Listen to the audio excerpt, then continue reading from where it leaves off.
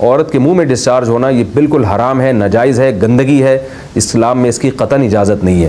اور اگر ان ائمہ کا مذہب لیا جائے جو منی کو پاک سمجھتے ہیں، اس لیے میں یہ عرض کر رہا ہوں کہ بعض حضرات نے اس پہ فتویٰ دیا ہے کہ یہ چونکہ پاک ہے لہذا اگر یعنی کوئی شخص منہ میں بھی ڈسچارج ہو جائے تو یہ بھی جائز ہے۔ یہ 100% غلط فتویٰ ہے، اس لیے کہ جو حضرات اس کو پاک کہتے ہیں وہ بھی اس کو خبائث میں داخل کرتے ہیں، حرام چیزوں میں داخل کرتے ہیں۔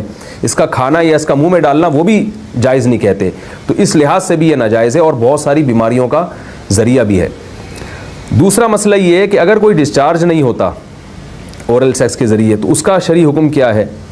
تو اس کا حکم یہ ہے کہ یہ انتہائی سخت درجے کا مکروہ ہے، ناپسندیدہ عمل ہے، اور اس کے سخت درجے کے مکروہ اور حرام نہیں ہے لیکن بہت زیادہ ناپسندیدہ اور شریعت کے مزاج کے بالکل خلاف ہے، اور اسلامی کلچر میں اس کا کوئی تصور نہیں تھا۔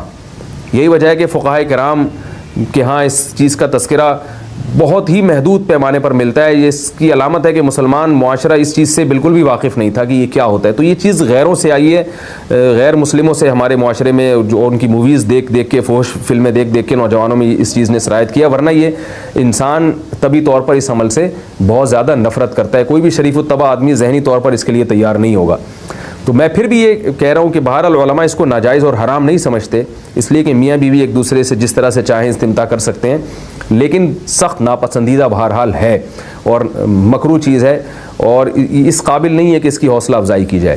یہ اس کے بارے میں ہے کہ جب یعنی جو ہے وہ ادخال کیا جائے اس فم کے اندر، اس جو ہے مرد اس میں باقاعدہ جو ہے وہ تلذذ حاصل کرے، اگر ایسا نہ ہو بلکہ باہر سے استمتاع کیا جائے، جیسے بعض جگہ ایسا ہوتا ہے کہ کیا نام ہے عورت کو اس چیز سے گھن آتی ہے کہ وہ اپنے منہ میں اس گندگی کو لے کر جائے، تو پھر بعض شوہر زوجہ کو مجبور کرتے ہیں کسنگ وغیرہ پر، تو یہ کم درجے کی کراہت ہے، یعنی یہ بھی ناپسندیدہ تو ہے مگر یہ اس درجے کا مکروہ، اس درجے کا ناپسندیدہ نہیں ہے۔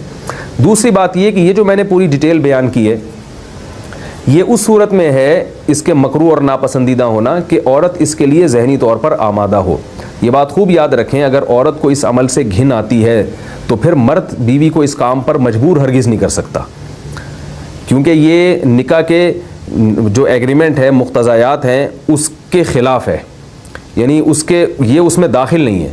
عورت اپنے آپ کو ہم بستری سے تو نہیں روک سکتی، مرد جب چاہے گا بیوی سے ہم بستری کر سکتا ہے، عورت کو اجازت نہیں ہے، لیکن خاص اس عمل سے عورت مرد کو روک سکتی ہے اگر وہ ذہنی طور پر اس کے لیے آمادہ نہیں ہے۔ یہ تو میں نے اورل سیکس سے متعلق کچھ فقہی احکام بیان کیے ہیں۔ دوسری بات یہ، اس کا بھی مسائل پوچھے جاتے ہیں کہ بعض مرد اپنی زوجہ کو مجبور کرتے ہیں غیر فطری طریقے سے ہم بستری کرنے پر، پچھلے راستے پر ہم بستری کرنے پر، تو یہ بات یاد رکھیں کہ ایسی صورت میں عورت پر اصل حکم یہی ہے کہ وہ ایسے مرد سے طلاق لے لے اور اس کو اپنے قریب نہ آنے دے، کیونکہ اس میں نقصان یہ ہوتا ہے کہ اگر عورت اس کام کی مرد کو اجازت دے دے تو کچھ وقت کے بعد اس کی اپنی نیچر تبدیل ہو جاتی ہے، اپنی فطرت بدل جاتی ہے اور اسے اس غیر فطری کام میں لذت آنا شروع ہو جاتی ہے۔ تو اپنے آپ کو گندگی سے بچانا یہ بہت ضروری ہے، اور اگر وہ یہ سمجھتی ہے کہ طلاق کے بعد اس کے دوبارہ نکاح نہیں ہوگا، اس کی زندگی تباہ نہیں ہوگی، تو پھر سخت مجبوری میں اگر مرد اس کو دھمکیاں دیتا ہے مارنے کی یا طلاق کی، تو ایسی مجبوری میں پھر اللہ کی رحمت سے امید ہے کہ گناہ صرف مرد کے کندھوں پر ہوگا۔ ایک اور علمی نقطے کی بات ہمیں یہ پتہ چلتی ہے اس آیت میں کہ نساؤکم حرث لکم، اللہ تعالیٰ نے نکاح کا بنیادی مقصد حرث بتایا ہے، یعنی نسل بڑھانا۔ تو یہ جو فیملی پلاننگ والے آج جس دعوت کو لے کے چل رہے ہیں کہ بچے دو ہی اچھے، یہ جو پوری دنیا میں ایک تحریک چل رہی ہے، یہ قرآن و سنت کے 100% خلاف ہے۔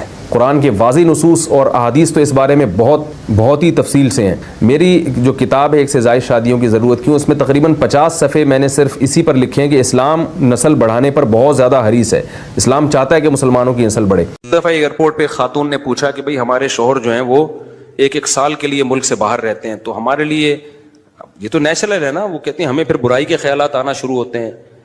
تو انہوں نے کچھ سوال پوچھے، وہ حیا کے خلاف ہیں، میں اس کو نہیں یہاں ڈسکس کر سکتا۔ میں نے ان سے کہا میاں کے علاوہ آپ کے پاس کوئی راستہ نہیں ہے اپنی خواہش پوری کرنے کا۔ تو وہ کہنے لگے پھر ہم کیا کریں، میاں بھی مجبور ہے، وہ کہہ رہے ہیں میں کیسے، اور اپنے ساتھ رکھ نہیں سکتا میاں، کیونکہ جو ہے وہ اس کے پاس اتنی تنخواہ نہیں ہے کہ بیوی کو رکھ سکے۔ تو چند کیس ایسے ہوتے ہیں، اصولی طور پر تو میاں کو چاہیے اللہ پہ توکل کرے، غریب بھی ہے نا اپنے ساتھ اپنی بیوی کو رکھے, کوئی بات نہیں, میاں بیوی دونوں روکھی سوکھی مل کے کھا لیں گے, کم پہ گزارا کر لیں گے. جو بیویوں کو چھوڑ کے 1-1 سال 2-2 سال کے لیے باہر جاتے ہیں, یہ شریعت میں بالکل پسندیدہ نہیں ہے. اللہ نے بیوی کو صاحبہ کہا ہے, ساتھ رہنے والی, ساتھ رہنے والی. مجھے وزیر آباد میں 1 مہینہ رہنا تھا, یہ بات ہوگی 2006 یا 2007 کی. انہوں نے کہا کہ 1 مہینہ آپ نے یہاں اسٹے کرنا ہے. بیانات کے سلسلے میں نا مسجد 1 مہینے کے لیے میرے حوالے کی تھی, تو میں نے کہا بھائی میں تو بیگم کے بغیر 1 مہینہ نہیں رہ سکتا, بچے بھی تھے میرے, تو میں نے کہا 1 مہینہ میں نہیں رہ سکتا, مجھے بیگم بچے چاہیے, ان کا بھی ٹکٹ دو تو میں یہاں رہوں گا ورنہ نہیں رہوں گا. تو انہوں نے پھر بیگم بچوں کا بھی ٹکٹ دیا. وہ گھر والوں کے ساتھ رہ لیتے ہیں آدمی تمیز سے, ورنہ بیگم کے بغیر ہمارے لیے تو بڑا مشکل ہے اتنا لمبا عرصہ رہنا. مجبوری میں رہنا پڑتا ہے تو ایک الگ بات ہے, لیکن ہے مشکل کام. چاہے کتنے بھی آدمی کے میاں بیوی میں جھگڑے ہو نا, نہیں رہ سکتا بھائی. تو 1-1 سال کے لیے پتہ نہیں کیسے رہ لیتے ہیں لوگ بیگم کے بغیر. ٹھیک ہے ان کی مجبوری ہوتی ہے, میں مانتا ہوں, لیکن اس میں کوشش کرو اللہ پہ توکل کرو. بیگم روکھی سوکھی کھا لیں گے, لیکن اللہ میاں نے بیگم کو صاحبہ کہا ہے قرآن میں. صاحبہ کا مطلب ساتھ رہنے والی. صاحبہ کا کیا مطلب ہے؟ ساتھ رہنے والی. تو اس کا مطلب جب شادی ہو گئی تو وہ پھول ترو کی طرح تمہارے ساتھ چپک گئی ہے. پھول ترو کی طرح اس لیے کہہ رہا ہوں کہ لوگ پسند نہیں کرتے, لیکن اللہ نے اس کو آپ کے ساتھ کیا کر دیا ہے, چپکا. اب جہاں جاؤ گے بیگم صاحبہ ساتھ ہوں گی. آپ شارٹ ٹائم کے لیے جانے ایک الگ بات ہے, لانگ ٹائم کے لیے جانا ہے تو بیگم آپ کے ساتھ اللہ نے بولو چپکا دیے. وہ خود بھی گناہ سے بچے گی, تم بھی گناہ سے بچو گے. تو اس لیے یہ طریقہ ٹھیک نہیں ہے سال کے لیے میاں بیوی کا دور رہنا.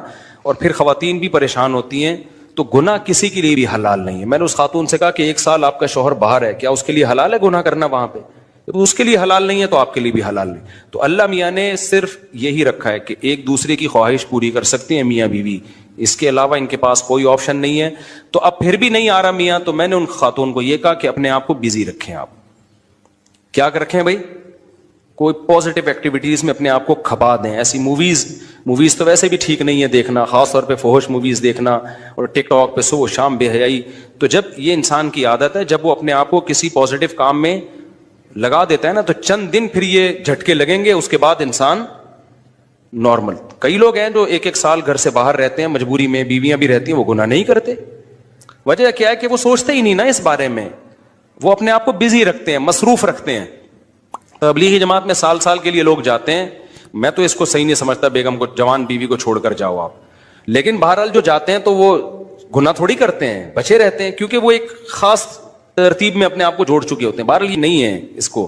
تبلیغی جماعت میں سال کے لیے جا رہے ہو, اگر شادی شدہ ہو بیگم کو بھی لے کے جاؤ ساتھ میں. ہم تو یہی کہتے ہیں تبلیغ والوں سے بھی, بھائی اگر سال کے لیے جا رہے ہو نا, تو یہ زمانہ بہت خطرناک زمانہ ہے. حضرت عمر نے جہاد میں نہیں چھوڑا تھا, تو یا اس کے لیے جو ہے وہ ایجڈ ہو گئی ہے, بوڑھی ہو گئی ہے, ایک الگ بات ہے, لیکن آج کل بہت مسائل کھڑے ہونے کا خطرہ ہوتا ہے.